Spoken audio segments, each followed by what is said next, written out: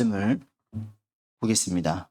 사도행전 1장 1절에서 8절까지 한 절씩 저랑 교독하겠습니다. 데오빌러여, 내가 먼저 쓴 글에는 물은 예수께서 행하시며 가르치시기를 시작하시부터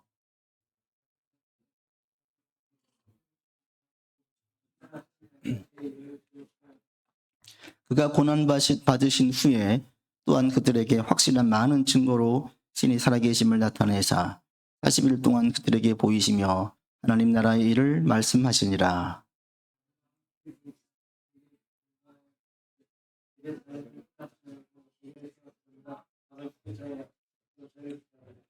요한은 물로 세례를 베풀었으나 너희는 몇 날이 못되어 성령으로 세례를 받으리라 하셨느니라.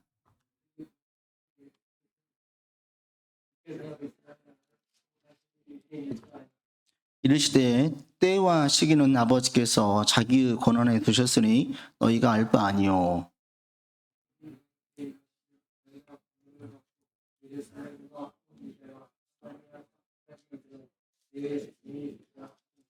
아멘.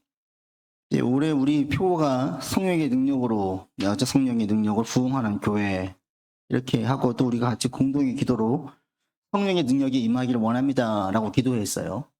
여러분, 성령의 능력이 임한다 이렇게 기도하면 어떠한 느낌도, 어떠한 이미지를 그리세요? 성령의 능력으로 충만하다.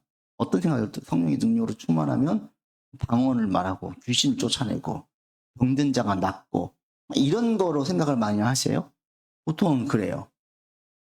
이 사도행전을 성령행전이라고 불리는데 왜 그러냐면 사도들이 막 사회를 할 때 엄청난 희한한 일들이 많이 일어났거든요. 그런데 그 모든 일의 배후 위에 누가 있었냐? 성령님께서 계시다는 것이 너무나 명확하게 보이니까 이 사도행전을 성령행전이라고도 해요.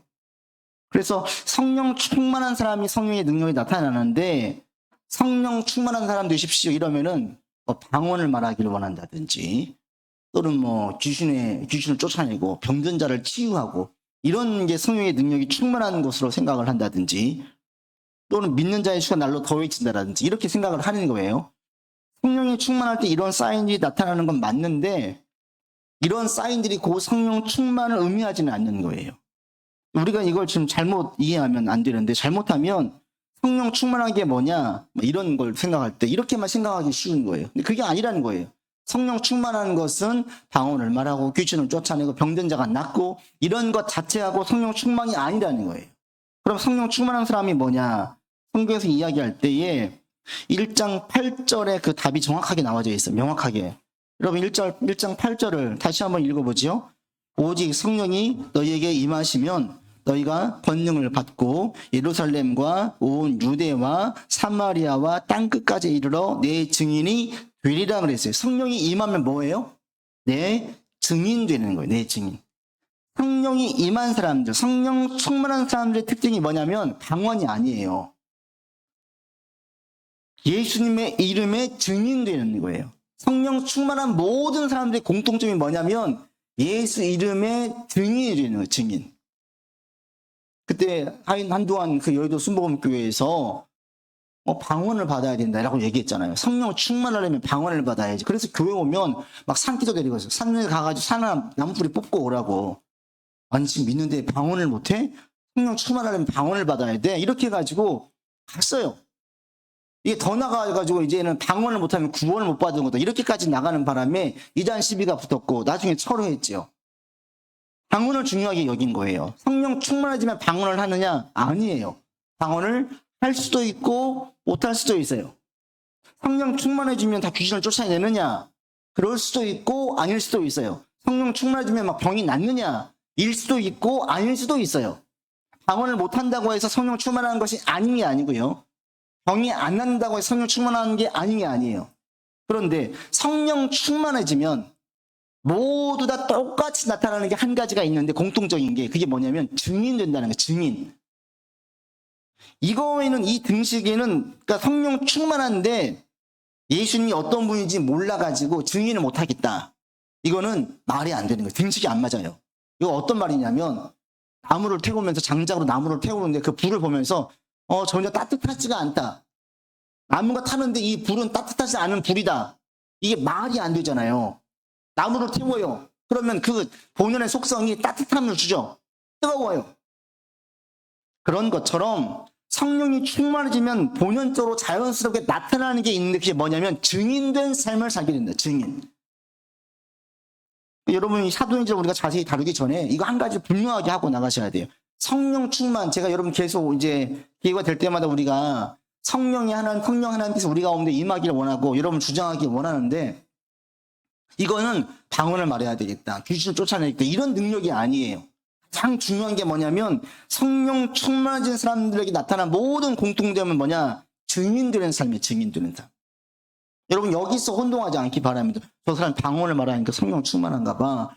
저 목사님 통해서 귀신이 쫓겨나가고 병든 자가 나왔대. 성령 충만한가 봐. 여러분 방언을 말해도 성령 충만하지 않은 가운데 방언을 말할 수 있어요.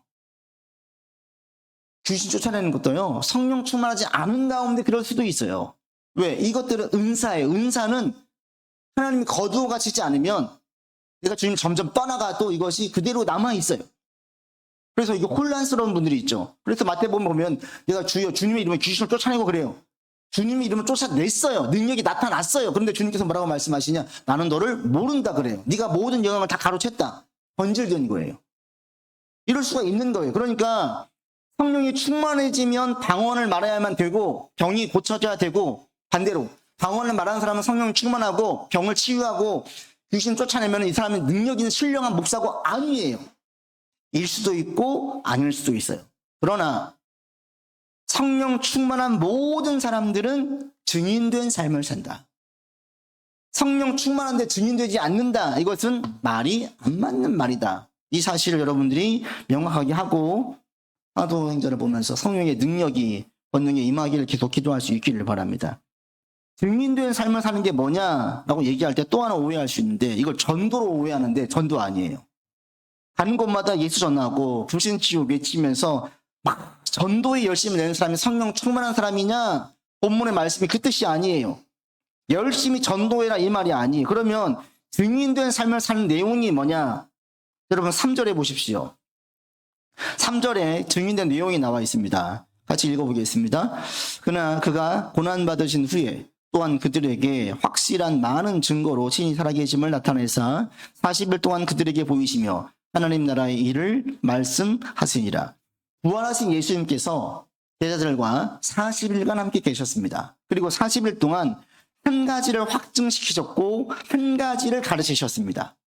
확증시킨 내용이 뭐냐면 예수님의 부활 사건을 확증하신 거예요. 야 봐라, 내가 지금 가상으로 너희들 앞에 있는 게 아니라 실제 살아있다. 만져봐라. 같이 음식도 드시고요. 의심 많은 도마에게 만져보라고도 하고요. 제자들과 40일간 함께 계시면서 내가 부활했음을 자꾸 확인시켜 주셨어요. 이건 실체야. 가상이 아니야. 확증이에요. 그리고 가르치신 것이 한 가지 있습니다. 그게 뭐냐? 3절 맨 마지막에 보세요. 뭘 가르치셨습니까? 하나님 나라의 일을 가르치신 거예요. 40일 동안 계속 연속 강의를 하시는데 강의의 주제가 하나예요.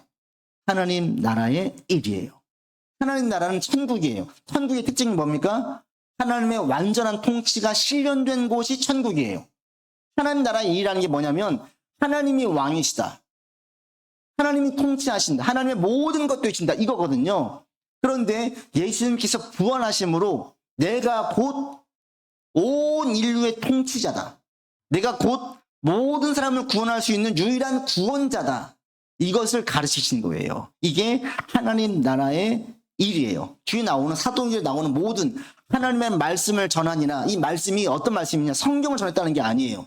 예수님께서 하나님의 심을 전한 거고요. 예수님께서 유일한 구원자임을 전하는 거예요. 이게 말씀이에요. 사도행전에 나와 있는 말씀은 성경 바이블이 아니라 예수님께서 하나님이십니다. 예수님께서 유일한 구원자이십니다. 이걸 계속 가르치시는 거예요. 이게 본문에서 얘기하고 있는 증언된 내용이에요. 근데 이 얘기를 말씀을 하실 때에 이 말씀을 40일간 가르치셨는데 예수님께서 처음에 부활하신 다음에 이 말씀을 전하셨을 때 이게 제자들은 뭐 했습니까? 예수님께서 부활하셨다는 소식을 듣고 제자들은 어떤 반응을 보인 줄 아십니까? 예수님께서 부활하셨어요. 그 다음에 베드로가 이 소식을 듣고 뭐 했냐? 고기 잡으러 갔어요. 베드로 전직이 어부잖아요. 부활하셨다는 소식을 들었음에도 불구하고 베드로는 직장으로 돌아가가지고 자기 일했어요. 정리하고 선교사 나가겠습니다. 신학교 가겠습니다. 하나님도 올인하겠습니다. 전념했던 베드로가 부활하신 예수님의 소식을 들었음에도 불구하고 예수님이 어디 계시는지 찾으러 가는 게 아니라 그냥 자기 직장으로 돌아갔어요. 자기 일해요. 이게 요한복음에 나오는데 요한복음에 보면 연속으로 나와요. 요한복음에 보면 처음에 예수님께서 막달라 마리아에게 보이십니다.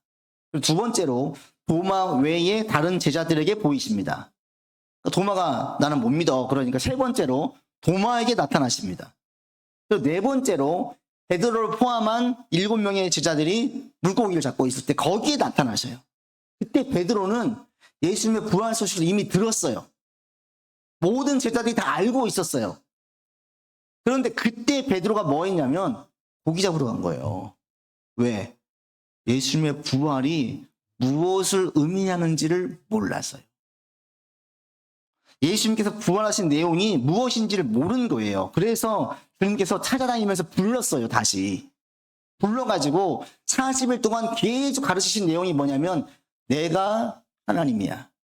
내가 모든 만물의 주인이야. 모든 만물이 내게 복종하고 있어. 내가 바다 위를 걸을 때, 물 위를 걸을 때, 바다 이 풍랑이 잠잠해질 때 왜 그런 줄 아느냐? 이 모든 만물의 주인 나이기 때문에 그렇다. 로마의 황제가 왕이 아니라 내가 진짜 왕이다. 계속 가르치시는 거예요. 그러면서 이 40일 동안 계속 이 이야기를 하시는 거예요. 이게 부활이 어떤 의미인지 모르는 제자들에게 계속 가르치신 내용이에요.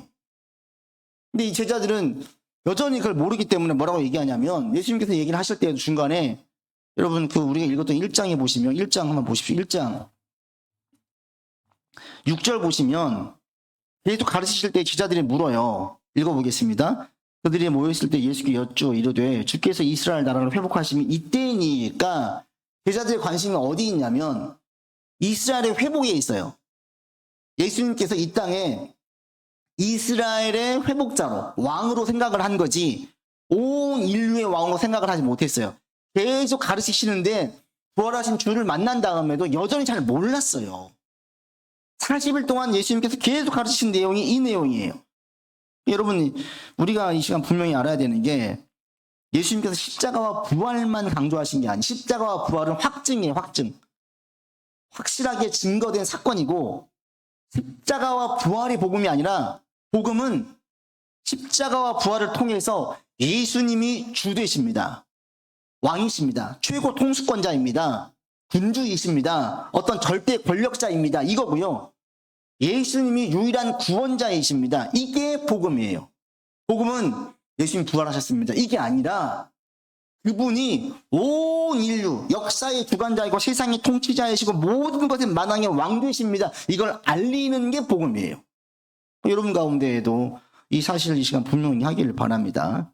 복음이 뭐냐? 십자가와 부활이 아니에요. 이것은 복음의 일부이고 이걸로 끝나면 안 돼요. 이것은 예수님께서 주 되시고 그리스도 되심을 증거하기 위한 사인인 거 사인. 증명하신 거고 이걸 통해서 하나님 나라의 복음, 예수님께서 주 되시고 그리스도 되심으로 이어져야 되는 거예요. 제자들에게 이걸 계속 가르쳤어요. 그런데 제자들은 확신하지 못했어요. 알긴 아는데 확신하지는 못했어요. 아는 것과 확신하는 것은 다릅니다. 여러분이 내가 그것을 알고 있어 이 머리로 아는 것과요. 삶에서 확신해가지고 삶에서 이게 나타나는 것은 완전히 다른 이야기예요. 이 당시에 제자들은 알고 있었어요. 그래서 예수님께서 제자들에게 너희가 성령을 선물로 받을 것이니까 모여서 기도해라. 그러면 성령께서 너희 가운데 증인되게 하겠다. 이 얘기는 뭐냐면 확신시켜 주겠다는 거예요. 성령이 임해서 확신하게 되어지자 베드로가 여러분 이 사도행 2장에 보십시오. 2장에 보시면 한번 보시죠. 2장 1절 2절 같이 읽겠습니다. 오순절 날이 이미 이름에 그들이 다 같이 한 곳에 모였더니 호련히 하늘로부터 급하고 강한 바람 같은 소리가 있어 그들이 앉은 온 집에 가득해가지고 4절 성령이 충만해졌어요. 막 방언을 말하고 사람들이 막 갑자기 그런 거예요. 그런데 그러다 갑자기 베드로가 설교를 해요. 14절에 일어나가지고 설교를 합니다. 설교의 내용 핵심 메시지가 뭐냐? 36절이에요. 2장 36절 같이 읽겠습니다. 그런즉 이스라엘 온 집은 확실히 알지니 너희가 십자가에 못 박은 이 예수를 하나님이 주와 그리스도가 되게 하셨느니라. 뭐라고 얘기해요? 예수님이 주, 로드, 우리의 왕, 최고 통수권자, 만물의 주인, 이걸 얘기하고요. 주가 그리스도다. 우리를 구원할 수 있는 유일한 구원자라고 얘기해요. 이 이야기는 베드로가 이미 예수님 십자가 지시기 전에도 고백했던 내용이에요. 주는 그리스도시요 살아계신 하나님의 아들이십니다. 바요나 시몬아, 너에게 이것을 알리시는 이는 하나님이시라는 거야. 네가 아니다. 그때의 베드로는 이게 무슨 말인지를 몰랐어요. 구원하신 예수님께서 40일 동안 계속 가르치셨음에도 불구하고 이게 정확히 무슨 뜻인지 몰랐어요. 언제 알았냐? 성령이 그들 가운데 강하게 임하자 베드로가 확신하게 된 거예요. 예수님께서 만왕의 왕이시네. 온 세상의 통치자이시네. 예수님만이 유일한 구원자이시네. 그때서야 비로소 알게 된 거예요. 베드로의 설교 내용은 새로운 게 아니에요. 예수님께서 40일 동안 계속 강의했던 핵심 메시지였어요. 계속 강의했는데 끄덕끄덕 하면서 이해를 했는데 이게 내 것으로 와닿지 않았다가 언제 확신했냐면 성령이 그에게 임하자 베드로가 밝아지면서 확신하게 된 거예요. 전에 마이클 조던이란 저도 농구를 좋아하는데 이 마이클 조던이 농구의 황제로 불리잖아요. 이 조던이 농구계를 은퇴했어요. 왜 은퇴했냐? 자기 아버지가 죽임당했거든요. 아버지를 가장 존경하고 좋아했었고 아버지에게 농구를 배웠고 인생을 배웠던 마이클 조던인데 우승 반지는 몇 개 꼈잖아요. 그 중에 하나를 아버지에게 드렸어요. 그런데 그 강도가 아버지에게 그 우승 반지 뺐다가 결국 아버지가 죽임당했거든요. 이 상심과 상처가 너무나 커가지고 조던이 농구계를 은퇴해버려요. 자기 때문에 아버지가 죽었다라는 일만의 그 괴로움이 있는 거죠. 이 반지 안 줬으면 그거 뺏을 일이 없고 안 죽었을 텐데. 그래가지고 은퇴를 했는데 그 다음 뭐 했냐? 야구 있잖아요. 운동신경이 워낙 좋아가지고 야구도 바로 메이저리그까지 못 가고 마이너리그로 가서 활동을 한 거예요. 마이너리그만 가서 활동을 해도 대단한 거거든요. 수십 년간 운동한 사람도 마이너리그 못 가는 경우도 많아요. 트리플 A에서 끝나는 경우도. 마이너리그까지 갔어요. 근데 어느 다시 농구계로 돌아왔어요. 그리고 하는 얘기가 왜 그랬냐? 내 자식들이 내가 농구하는 선수인지를 몰라서 알려주기 위해서 왔다 그래요. 그리고 농구계로 컴백을 했어요. 자식들에게 아버지는 어떤 분이에요? 야구를 하고 있는데 뭐 엄청나게 잘하는 야구 선수는 아닌 거예요. 메이저리그에서 뛰어야지 잘하는 건데 그냥 마이너리그에서 뛰고 있으니 별로 잘하는 아버지가 아닌 거예요. 근데 농구계에서는요.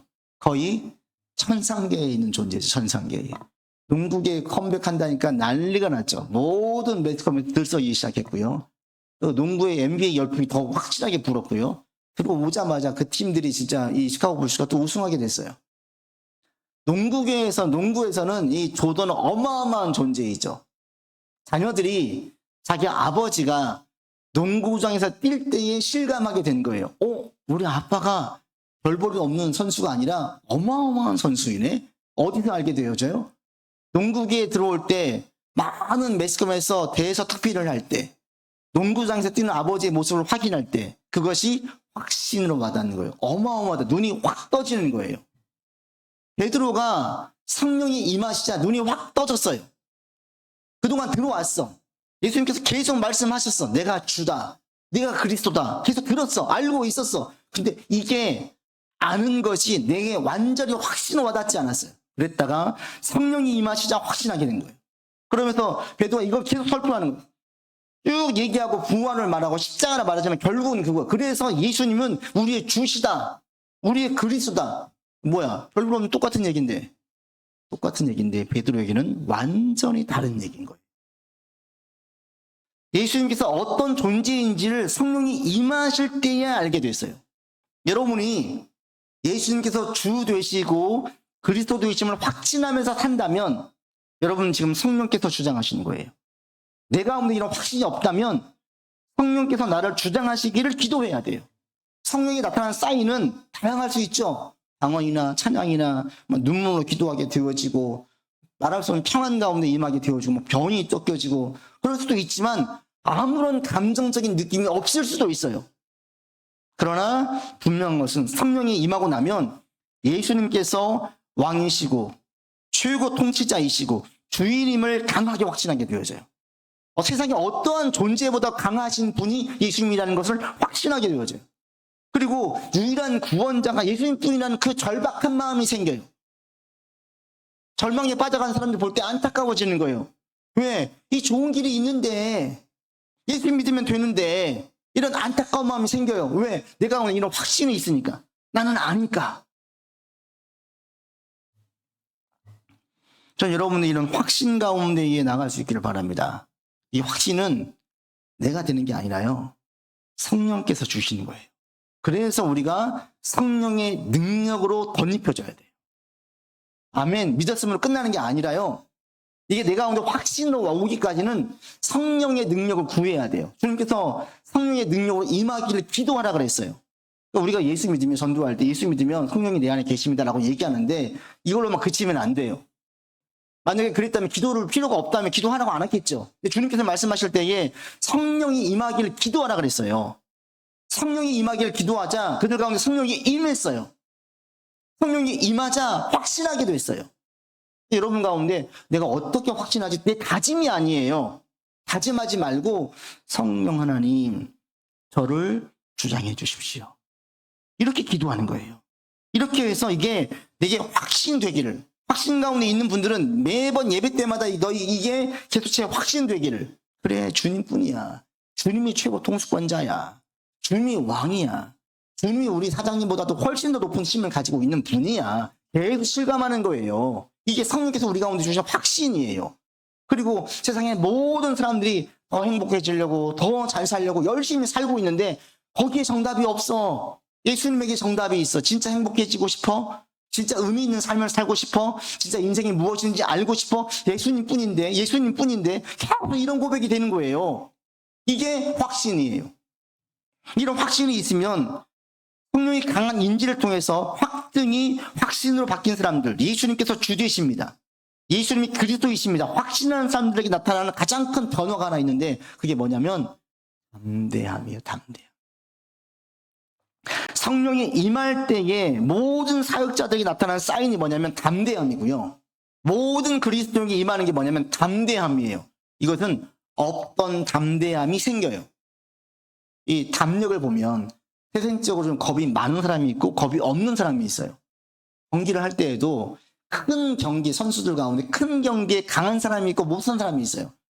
보통 때 실력이 참 좋은데 큰 경기 때 가면 꼭 제 실력을 발휘하지 못하는 사람. 반대로 그냥 별 볼 일 없는 것 같은데 큰 경기에 강한 사람이 있어요. 이 담력을 타고났느냐, 타고나지 못했느냐. 따라서 이게 달라지는 거죠. 그런데 예수를 믿을 때에는 겁이 많은 사람들도 담대한 사람으로 바뀌어져요. 이 겁이 행동의 제약을 가져오지 못하게 만들어요. 왜? 예수님께서 최고 통수권자예요. 가장 힘 있는 사람이에요. 두려울 게 없어요. 여러분 그 국회의원들이나 세상에서 성공한 사람들이나 권력자들 보세요. 어때요? 다 목소리가 커요.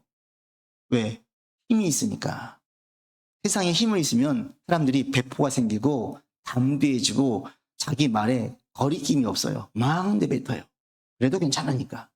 이게 이제 안 좋은 의미에서의 힘을 가진 때의 모습이고, 힘이 생겨지면 사람은 자연스럽게 배짱이 생기고요, 담대해져요. 이게 일반적이에요. 예수님이 내 백인데 이분이 최고 통수권자야. 가장 힘이 센 분이면 내가 확신했어요. 이 확신이 뭘로 오냐면 배짱으로 와요. 배짱으로. 확신이 담대함으로 자리를 잡아요. 나도 모르게 두려움이 사라져 있어요. 나도 모르게 이 확신이 내 안에서 뭐 어떤 일을 대할 때 어느 순간부터 겁이 없어져 있어요. 어떤 문제를 볼 때 전전긍긍했었는데 이게 사라져버려요. 어떨 때는 사람들의 반응을 살피고 사람들의 말 한마디 한마디가 내게 큰 상처가 되어지고 막 아파왔는데 이제는 어느 순간부터 그런 것들이 점점 내게 영향을 안 주게 되어져요. 내가 해야지가 아니라 예수님을 꽉 붙잡고 있고 이분이 최고 힘을 가진 존재야. 만왕의 왕이셔. 어떤 누구보다도 어떤 무엇보다도 가장 큰 힘을 가지신 분이야. 이분이 내 백이야. 이분이 내 아버지야. 이 확신이 담대함으로 이어지게 만드는 거예요. 그래서 이 베드로가 복음을 증거하다가 어떤 일이 생깁니까? 이 잡혀가잖아요. 4장에 보시면 베드로와 요한이 공회에 잡혀가요. 잡혀가가지고 이들이 이 잡혀 있을 때에 사람들이 공회 회원들이 이들을 엄벌을 처하려고 아주 그냥 그 협박을 합니다. 협박을 하니까 베드로가 뭐라고 얘기하느냐. 이런 그 본문 한번 보십시오. 4장에 한번 가보죠. 4장에 가시면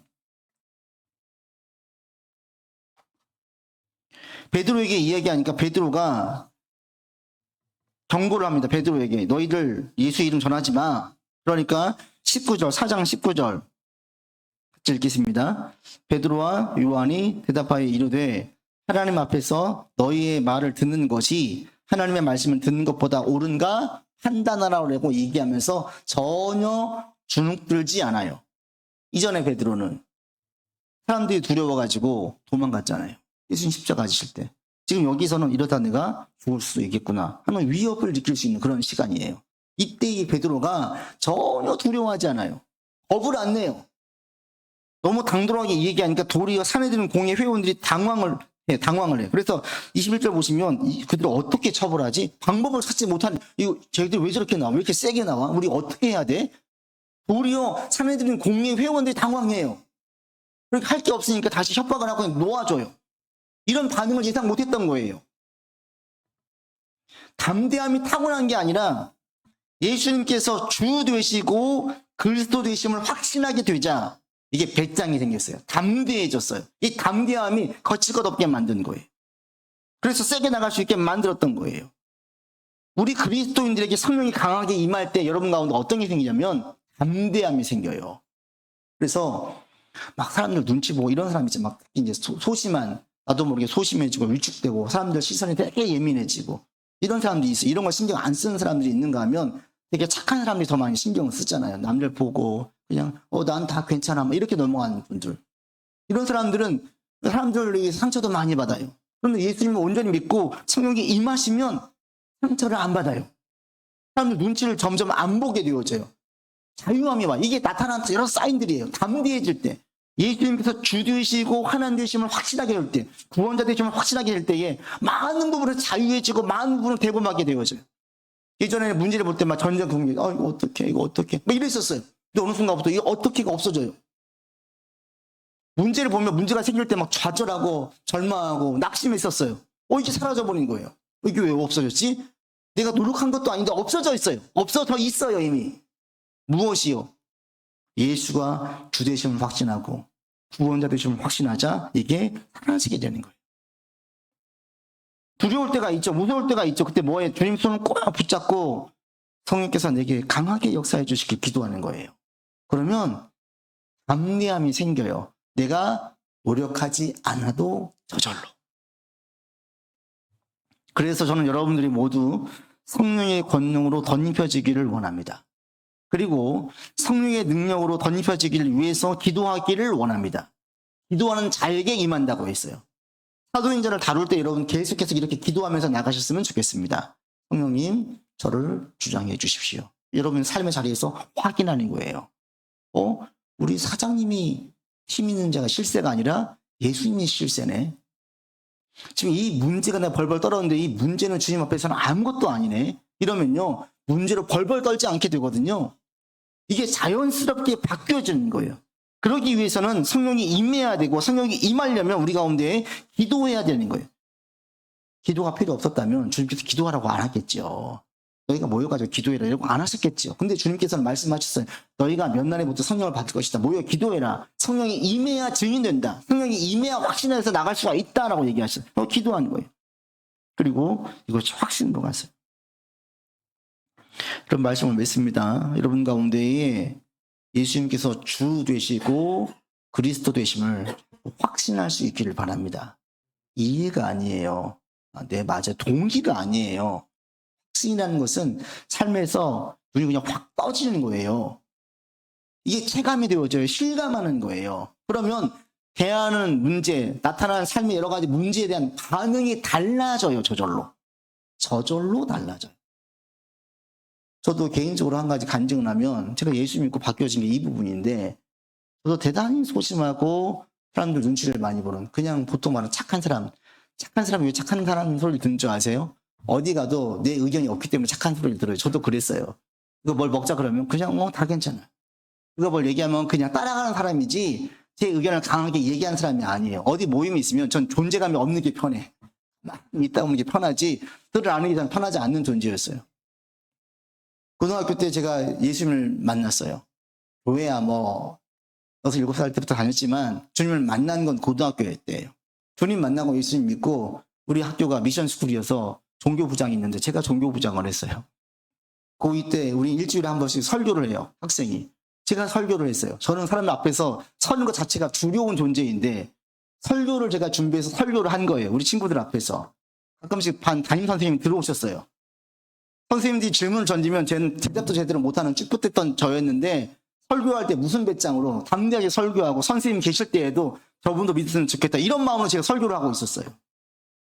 지나고 나면 그 담대함이 내가 가진 게 아니라 그냥 내 안에 자연스럽게 형성되어서 그때 서서 설교하고 얘기하는 것에 대한 두려움과 주저함과 오만 가지 생각이 한 개도 없어요. 선생님 들어오셨을 때에도 저분도 믿었으면 좋겠는데 믿으셨을까? 이런 마음을 가지고 제가 전하고 있는 거예요. 제가 바뀐 거예요. 그래서 지금 만나서 내가 원래 MBTI에서 내가 I 성향이 강해 얘기하면 에이 다 그래요. 아무도 안 믿어요. 저보고 다 E 성향이래요. 아니에요. 저는 지금도 에너지가 어디서 충전되냐면 혼자 있을 때 조용히 혼자 있을 때 충전되어지지 함께 있는 곳에서는 에너지가 제가 보기에도 남들보다 더 많은 에너지를 쏟아요. 저는 성향상 분명히 내성적인 성향인 것 같은데 일을 할 때에는 그런 담대함을 저에게 주시는 거예요. 내가 담대해져. 이게 아니라 자연스럽게 생겨요. 우리를 볼 때는 자연스럽게 분노가 치밀어 오르고 누군가가 헤매고 있어 자연스럽게 안타까운 마음이 들어요. 이게 어디서 오냐 가만 보니까 예수님께서 나의 주 되시고 그리스도이심을 확신하기 때문이에요. 온 세상에 온 인류의 주인이시기 때문에 못하실 것이 없어요. 맡길 게 없어요. 모든 걸 다 하시는 분이에요. 이분을 다 만났으면 좋겠는데 왜 저렇게 힘들어할까? 왜 사람들이 저렇게 막 절망에 빠져있고 낙심하고 인생을 포기하려고 할까? 왜 그래요? 주님을 못 만나니까 그런 거예요. 주님이 주 되시고 그리스도이심을 확신하지 못하니까 믿는다고 하지만 확신이 없으니까. 이분이 내 삶을 책임진다는 확신이 있으면 여기에서 벗어날 수가 있어요. 누구나 힘들고 어려워지면 절망에 빠져요. 그런데 그 자리를 빨리 털고 일어나는 거예요.